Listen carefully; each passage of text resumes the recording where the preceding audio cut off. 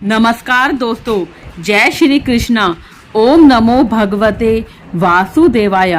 मैं करुणा और जगतजननी की कृपा यूट्यूब परिवार में आप सभी का स्वागत करती हूँ। इस वीडियो में मैं पुरुषोत्तम मास के 5वें अध्याय की कथा लेकर आई हूँ। 5वें अध्याय में हम भगवान विष्णु का अधिक मास को साथ लेकर गोलोक जाने की कथा सुनेंगे। नारद जी नारायण जी से कहने लगे, हे महाभाग, हे तपोनिधे, आगे की कथा सुनाइए। हे प्रभु, मुझे बताइए कि अपने चरणों के पास पड़े हुए अधिक मास के वचन सुनकर श्री हरि भगवान उससे क्या बोले। नारद जी के ऐसे वचन सुनकर श्री हरि भगवान उनसे बोले, हे निष्पाप नारद जी, श्री हरि ने जो अधिमास से कहा सो मैं कहता हूँ, सुनो। हे मुनिश्रेष्ठ, तुम धन्य हो जो मुझसे श्रेष्ठ कथा पूछते हो। श्री भगवान बोले, हे अर्जुन, मैं तुमसे वैकुंठ का वृतांत कहता हूँ, सो सुनो। श्री विष्णु के नेत्रों के संकेत से गरुड़ जी मूर्छित हुए मलमास की पंखों से हवा करने लगे। तब होश आने पर मलमास बोला, हे नाथ, मुझे यह सब अच्छा नहीं लगता। हे जगदाधार, हे जगतपते, हे विष्णु, मुझ शरण में आए हुए की रक्षा करो, रक्षा करो। मुझ शरणागत को क्यों त्यागते हो? ऐसा कहकर कांपता हुआ बार बार विलाप करने लगा।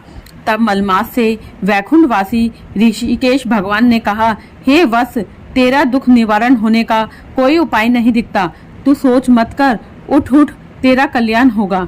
ऐसा कहकर मन में पल भर में उपाय निकालकर फिर श्री विष्णु भगवान बोले, हे वत्स, आओ मेरे साथ गोलोक धाम चलो, जो योगियों को भी दुर्लभ है। जहाँ भगवान श्री कृष्ण रहते हैं, वहाँ गोपीगणों के मध्य बैठे हुए दो भुजा वाले मुरलीधर, नवीन मेघ के समान श्याम शरीर, कमल जैसे विशाल नेत्र, पूर्ण चंद्रमा के समान जिनके मुख की शोभा है, करोड़ों कामदेवों की भांति सलोने, चिच्चोर, लीला के धाम, पीताम्बरधारी, तुलसी, कुंद, मंदार और पारिजात के पुष्पों की माला पहने, प्रेम के आभूषण पहने, अलंकार रूप, भक्तों पर दया करने वाले, कस्तूरी और केसर युक्त चंदन से लेपित शरीर, वक्षस्थल पर श्री वस्त्र चिन्ह और कौस्तुभ मणि एवं भृगु की लाट से शोभित हृदय, सिर पर श्रेष्ठ रत्नों से जटित मुकुट तथा कानों में कुंडल पहने, पार्षदों से घिरे हुए, रत्नों से जड़े सिंहासन पर बैठे हुए, वे ही परम ब्रह्मा पुराण पुरुषोत्तम है। स्वेच्छामय ब्रह्मांड के बीच सर्वाधार, परात्पर, निष्काम, निर्विकार, अत्यंत परिपूर्ण प्रभु, प्रकृति से परे, ईशान, निर्गुण, नित्य विग्रह श्री कृष्ण गोलोक में तेरा दुख दूर करेंगे, चलो वही चले। श्री नारायण बोले। इतना कहकर हरि भगवान मलमास का हाथ पकड़ गोलोक को ले गए। हे नारद मुनि, वहाँ पहले अज्ञान रूपी अंधेरे का नाश करने वाले, ज्ञान रूपी मार्ग को दिखाने वाले, प्रलय काल में ज्योति स्वरूप करोड़ों सूर्य के समान प्रभा वाले, नित्य असंख्य विश्व के कारण विभु परमात्मा की इच्छा में लाल रंग की ज्योति दिखाई दी। हे मुनि, उस ज्योति के भीतर ही तीनों लोक थे। उसके ऊपर सनातन ब्रह्मलोक की भांति गोलोक है। वह 3 करोड़ योजन में फैला हुआ है। मंडलाकार तेजपुंज स्वरूप श्रेष्ठ रत्न वाली भूमि से युक्त है, जो बड़े बड़े लोगों को स्वप्न में भी अदृश्य है।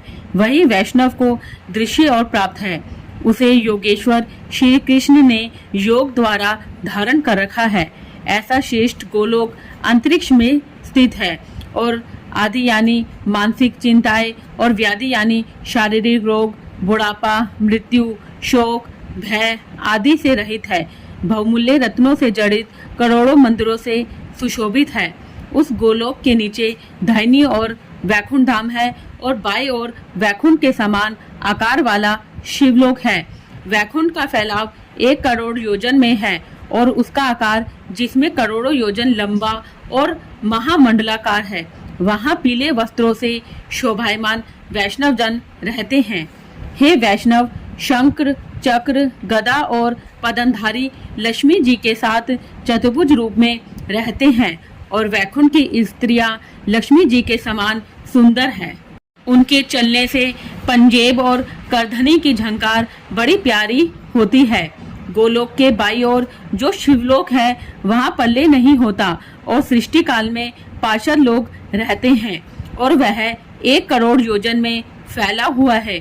वहाँ महादेव जी के गण सारे शरीर में भस्म रमाए, सर्पों के जनेऊ पहने, ललाट पर अर्धचंद धारे, हाथ में शूल पट्टिश लिए, जटाओं में गंगा धारण किए हुए, तीनों नेत्रों वाले पराक्रमी शूरवीर रहते हैं। गोलोक में निरंतर परमानंद कारक परम हर्ष को करने वाली अत्यंत मनोहर एक महान ज्योति है।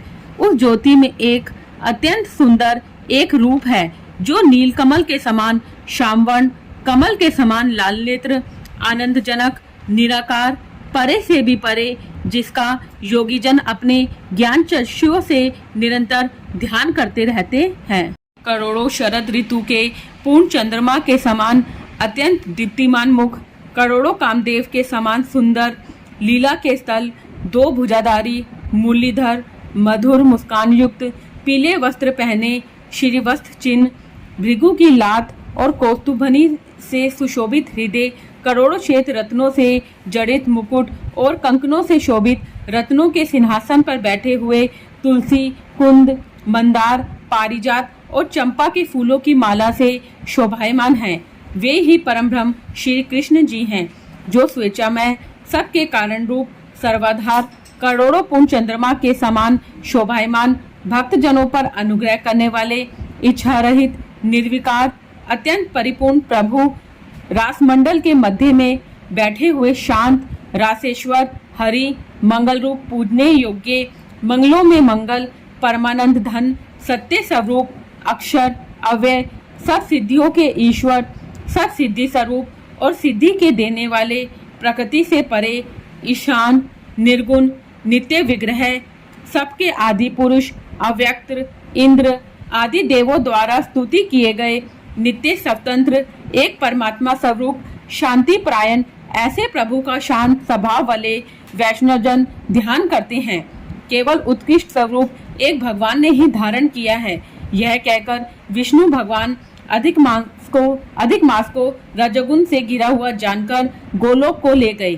सूजी बोले, सत्कर्म ग्रहण करने वाली वाणी कहकर जब नारायण चुप हो गए, तब नारद जी पुरुषोत्तम महा उत्सव संबंध नई नई कथा सुनने की अभिलाषा से नारायण से बोले। इति श्री पुरुषोत्तम मास कथा 5वां अध्याय समाप्त। दोस्तों, यदि आपको मेरी यह वीडियो अच्छी लगी हो तो इसे लाइक और शेयर कीजिए। अभी तक यदि आपने मेरे चैनल को सब्सक्राइब नहीं किया है तो कृपया मेरे चैनल को सब्सक्राइब कीजिए। हिंदू धर्म, संस्कृति, तीज त्योहार तथा रीति रिवाज इत्यादि जानने के लिए मेरे साथ बने रहिए। धन्यवाद।